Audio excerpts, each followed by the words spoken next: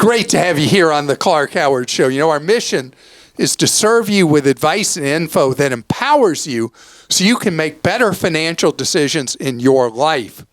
I hope that one decision you've made, subscribe to our free newsletters. We work hard on them to give you information that you can act on in your life. That's the whole idea, not just to talk about something, but to have it be something that gives you empowerment to make a change in your life that's great for your wallet or avoid trouble that could be out there. They're free, clark.com/newsletters. And we've always made it as easy to discontinue your subscription as to sign up. So if you subscribe and you say that I'm a liar, the newsletter wasn't any good or whatever, you can stop it right away. It's not going to come in like a zombie over and over again. So actually, I love our newsletters. I'm going to begin today's show with a red alert. What is the one item I never want you to carry on your person or in a purse or a purse? One item. We're going to talk about it straight ahead. And recently I spoke about the terrible problems with pricing and availability in the homeowners insurance market. Well, I then read about a service that you can check out what's the risk that insurers are looking at, basically, at a home you're thinking of buying or a home you live in and you're having trouble getting homeowners insurance. You want to see what is the risk of damage to that home from increasing storm activity. So you up front are informed, or if you're already in, you're like, oh, that's why nobody wants to insure me. So we're going to talk about it later. What is the one thing that I'm talking about, that I'm teasing to you, that should not be on your person or in your purse? A checkbook. Carrying a checkbook has become one of the most dangerous forms of identity theft that exists. Criminal, if they get that checkbook, can write checks as if they're you, steal money from you that's hard to get back, and can lead to criminal charges against you as a victim of a crime. Happens regularly, has been a problem. You being arrested because somebody wrote a bad check as if they're you has been a problem for decades. The banking industry's never gotten their arms around it. Law enforcement, never gotten their arms around it. And now the check theft problem has skyrocketed at a time that the number of checks Americans are writing in any form or fashion has dropped like a rock. And now the weakest link in the system is checks in the mail. Criminals have done armed robberies of postal workers. They have bought off postal workers, and they have gotten the keys that allow criminals to open transit boxes with mail. And what the criminals do is they steal the mail, they run off with it, drive off with it, and they go through and they find all the checks that people have written that they have mailed.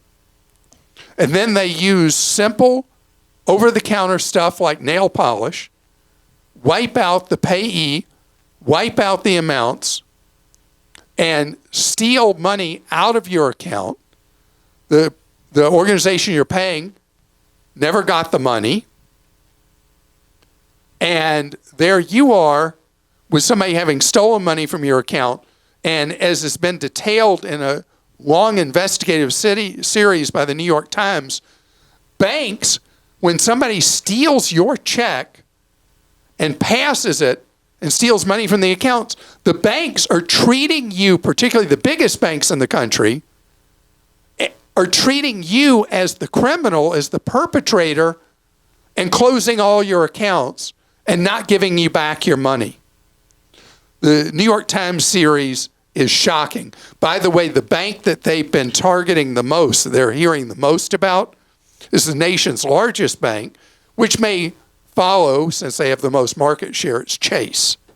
But many other banks have been written about in this series. But the problem with the stolen checks is crazy. Then we've got the problem with banks' own bill pay services. So you make a payment through the electronic bill pay service of your bank, but there are a lot of people they don't have an electronic link to. And what do? They print out a paper check and they mail it. Now, smart financial institutions don't list your account number on that check. They just send that payment off, and they know internally whose account that check is debiting from.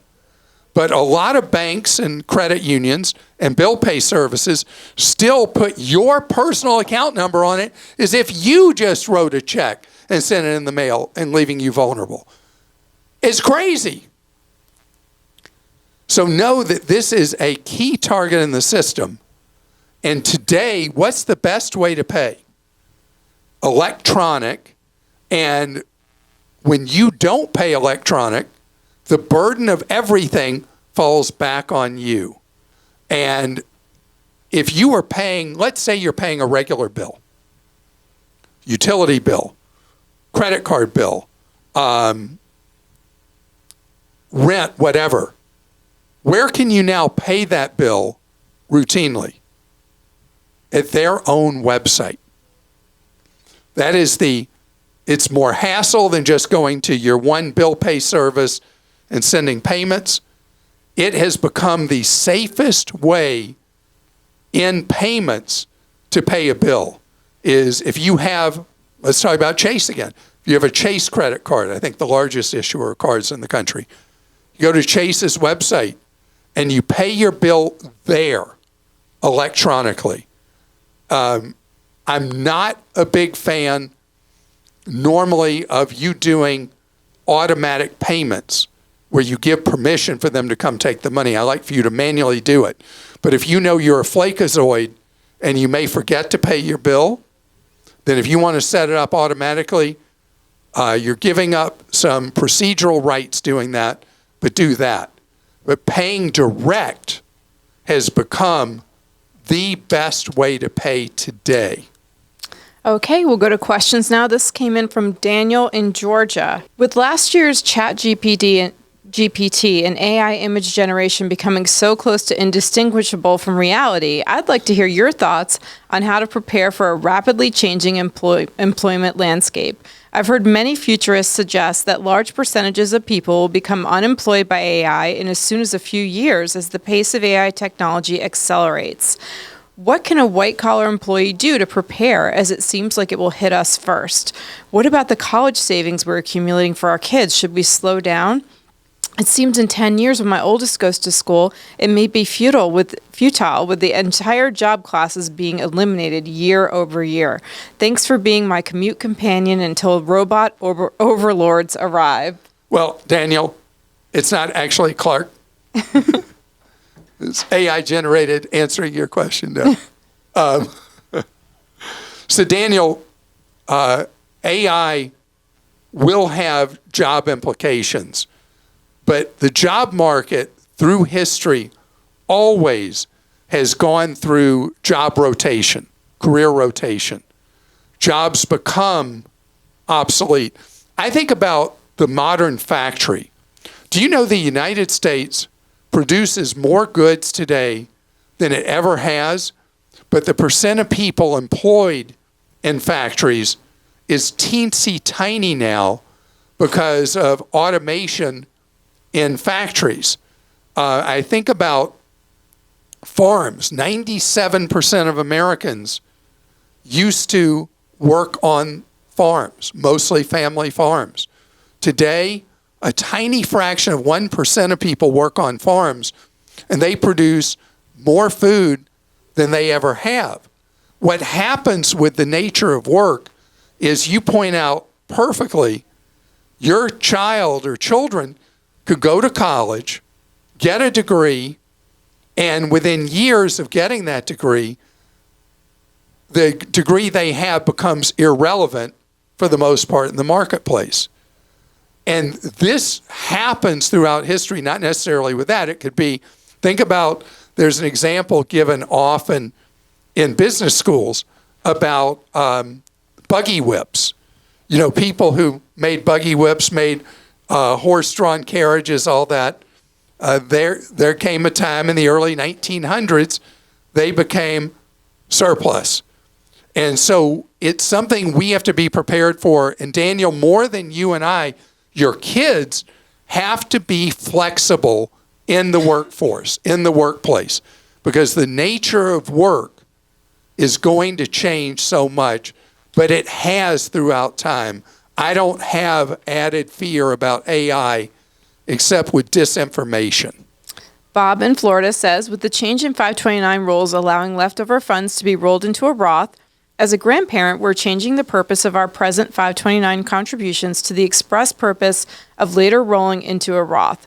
We've decided that when the time comes for college, we will help out with additional funding beyond the 529 contributions, so there is no reason not to roll into the Roth. Is this a smart idea? You got to be careful doing this, yes. But you may, over the years, put in contributions into a 529, and the earnings may grow enough that even though you were intending for it to be under the $35,000 cap, you may exceed it. So if your strategy is to do this, what you do is you contribute to the 529, and you make sure if it's grown better than you expected, that you do use some of that money as the original intent, keeping it low enough that as you take distributions over the years, because it's a long-term payout, converting 529 money into Roth, that you don't end up in a situation with an excessive amount of funds in the account. This is going to require some real massaging, because the purpose of this was not to do what you're interested in doing, and many other people have already asked me about this, is to use it as a backdoor method of getting a meaningful amount of money into a kid or grandkid's Roth. The purpose of it was if somebody goes to college, they end up getting a scholarship or whatever, that the parents don't say, well, wow, that was a bad idea. Look at the taxes I'm having to pay. That it increased lowered the risk, and hopefully will increase the amounts contributed to 529 accounts. Jane in Pennsylvania says, I just saw the story about how to limit spending. Here's another tip I learned reading The Artist's Way. Keep a log of expenditures, even if it's just a quarter for a parking meter. Keep a little notebook of daily expenses. It's a concrete way of seeing how much you spend every day. I have discovered it has an added benefit. If there's a charge you don't recognize on a bill, you can double check and see if you actually made that purchase. I had a couple of charges on a credit card that just say eBay on them, and it turned out that they actually were legit purchases. I'd just forgotten what I'd paid. I think she means purchased, a book and a stuffed toy, when I looked up that date in my notebook. So this is awesome, Jane. So this used to be something that we had on Clark.com. Years ago, we had, in the analog era, we had a log you could print out that you folded and you put in your wallet or purse, and you kept track of every penny you spent. And that's because behaviorally, you're right on the money. And the author of this book, The Artist's Way, Julia Cameron. Julia is talking about exactly what we used to have. Now, why did we not do it anymore? Because people became so digital, they weren't downloading it anymore. It was funny, you had to go to a digital site to download an analog form. But there were years that this was a very popular thing on our website.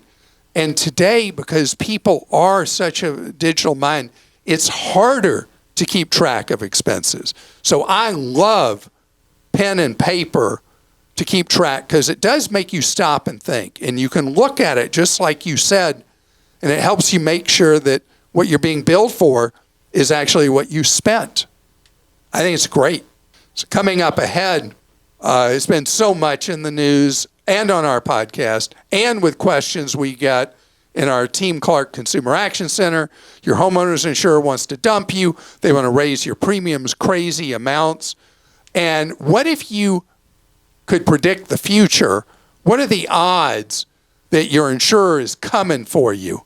There's now a website you can do that, and I'm going to explain to you how it works. I have a very privileged life, and I'm very lucky that I've been able to afford for many years to have a place at the beach.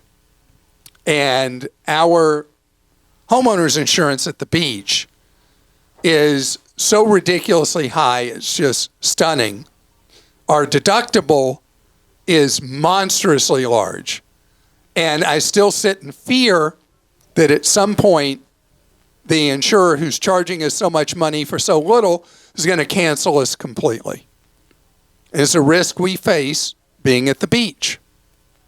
And it's a risk that my wife and I talk about, that we're spoiled brats, that this is something we love and we do. And we're there with our eyes open. What's funny is there's a website called climatecheck.com that you can go to and get an instant analysis.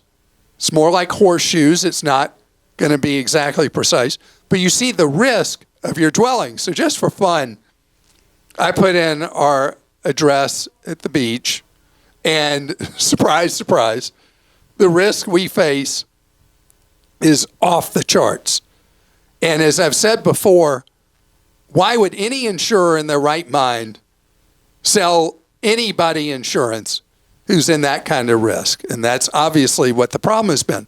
But there are many other circumstances that I discussed recently on the podcast where an insurer might decide, too much fire risk here, too much this risk, that risk, the other risk, and either refuse to sell you insurance or sell it at a crazy high price. And so I put in other addresses on Climate Check that are not obvious, like a beach address. And you learn so much. I don't know who did this. The business model is they give you basic information, and if you want deeper dive, you can pay money to get a deeper dive of the risk at an address. And the reason I'm mentioning climatecheck.com, because I don't need to know that if you look at it just for money, I'm an idiot living at the beach. But gosh, it's crazy. My heart rate, my blood pressure, my mood. I mean, it's like the beach is like a trance on me. I'm a water baby. It's just what I am. So it's a cost that I have to keep every year when the bill comes. What am I doing? But the thing is, if you're looking at buying a place, wherever it is, that's not an obvious risk, and seeing, there's risk of groundwater flooding there. It doesn't look like there could be, but there's risk of that here, or risk of fire, or whatever it is. You can get a sense at Climate Check, and I imagine over time other people are going to come up with databases like this where you can put in an address either where you live now or a place you're thinking of buying and see what the risk level is. Another thing, before you go under contract to buy a home, if you have a regular insurer or an agent, I want you to talk with that agent or talk with your insurer and find out before you go under binding contract what the difficulty is going to be placing insurance at an address. It's not obvious to you and I, particularly moving to a new area, what the risks are, what things have happened or could happen in that area that insurance underwriters are like, this is a no-go. And that's why I want you to take these additional steps. Know before you buy. It's like know before you dig with the utilities. Mm-hmm. Know before you buy. All right, we'll go to questions. This came in from Peter in Maryland. I would like to get your opinion on donor-advised funds. My retirement advisor recently recommended them to me as a way to reduce my long-term capital gains tax on shares of appreciated stock. I typically contribute around $20,000 a year total to my church and other local charities, and I currently have greater than $100,000 in unrealized gains in my Schwab brokerage account. I see that there are fees associated with DAFs, but the fees are small compared to the 15% long-term capital gains tax savings. It seems like a no-brainer to me. In this case or in general, are there any reasons not to use DAF for charitable contributions? I love donor-advised funds if you do them the right places. You mentioned Schwab. Schwab has a very good low-cost donor-advised fund. It's kind of like having your own micro foundation at a fraction of the cost. So what happens is you give an appreciated stock or fund or whatever to it, and you get a double benefit in that tax year. You don't pay capital gains on the gain a stock or fund may have had over decades. So you get that, what's known as step up in basis, tax-free, and then you get a tax deduction on the full amount of the contribution. By comparison, if you sold a stock, you'd have to pay the gain on it. And if you donated it to charity, the money, the proceeds, it's much less valuable than if you do it through the donor-advised fund. So donor-advised funds are very affordable at my three favorite children, which is Fidelity, Vanguard, and Schwab. They're the cheapest at Vanguard. They are atrociously expensive with any bank-based donor-advised fund. Be aware, unless you hate the charities you'd like to give to, never do a donor-advised fund with any bank-based or bank-affiliated brokerage. These things are so flexible because the way it works, you donate the stock or fund or whatever to, in your case, the Schwab one. So you give the money to the Schwab charitable fund. Then you have an account established there, and we'll call it Peter the Generous Fund, or whatever you want to call it. And you donate it, and then you have this account. And then you can recommend who you want to donate money to, in your case, your church, and they validate that it's a valid charitable organization, and then they accept your recommendation, and then they send a check to it from you. You don't get another deduction. You already took the deduction, but the church will know you donated the money, and same for any other charity. And one of the cool things about it is fake charities end up being blocked. They can't get any of this money. More money to the charity. That's right. Jay in Maryland says, lucky me, my timeshare closed on October 31st of 2023. Closed? Is gone? It will not reopen. I have received a notice of an emergency assessment for fiscal year 23 to 24 of $399 plus $999 for 2024 and an additional $999 due in 2025. I have no problem with the $399, but the two $999 fees seem ridiculous, paying for something I can't ever use again. I was current on my fees up to this point. You have a suggestion for me moving forward? Okay, this is so amazing. So you have a timeshare that fails, is closed, and financial obligations allegedly live on. Timeshares are great, huh? Oh, boy, do I despise them. All right, so here's what I want you to be about right now is, Jay, I want you to get on the Timeshare Users Group website. Find your fellow owners, and is it still the crazy web address? It's TUG2.net. So tug2.net, Timeshare Users Group 2.net.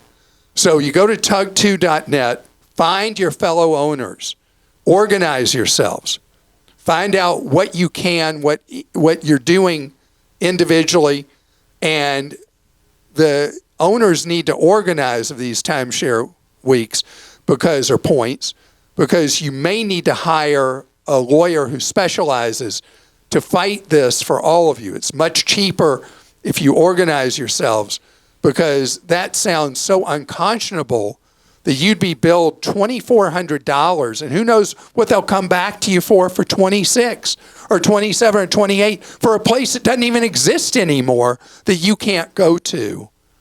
And that's the beauty of Timeshare Users Group. I would also look on Reddit, because a lot of people go to Reddit for this kind of thing. Posting on Reddit? Yeah. Okay. Thank you as an additional suggestion. Let us know what you find out and what you collectively do as owners. Sarah in Georgia says, I've heard Clark warn about the perils of buy now, pay later. And while I agree with the sentiment of not spending money you don't have, I have to say that I really don't see the downside, assuming it is 0% APR on something I was going to buy anyway. To be clear, I'm generally very debt averse. Aside from my house, I've never once purchased something I didn't have the cash to pay for on the spot. I pay off my credit cards in full every month. But lately, Amazon will offer me the choice of charging my credit card all at once or charging the amount over 3 months, and I really don't see the downside to choosing the latter option. I was going to spend the money anyway, and I can't forget to make the payment since it's automatic. This kind of sounds like free money to me. It seems like only a good thing to keep the money and earn interest for an additional 2 months. Is there something I'm missing here? Okay, how do I answer this? So we're talking about a pay in 4 plan. The way Amazon has worded it to you would be pay in 3. So you're not the problem.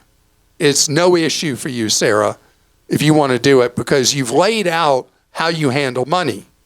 The problem with pay in 4 is the consumer behavior of people who buy things. They already have debts here, there, and everywhere, and it allows them to buy stuff that their income and expenses really means they can't afford. That's why so many people are ruining their credit, getting hassled by debt collectors, being hit with penalties and fees and interest. So, yes, if you look empirically at your personal situation and how money exists in your life, you're fine. You're picking up a little extra gravy paying in 4. The problem with pay in 4 is not your situation. It's most of the time that people use pay in 4. So you want to do that? Go for it. It will give you a small benefit and no harm. But if you hear me say this to Sarah, don't think this means you're okay, because I said Sarah's okay to use pay in 4, because the stats show for most people it's not working out. Well, I want to thank you for joining us on today's podcast. Hope you have an absolutely wonderful rest of your day. Remember what we're about. Save more, spend less, and don't let anyone ever rip you off.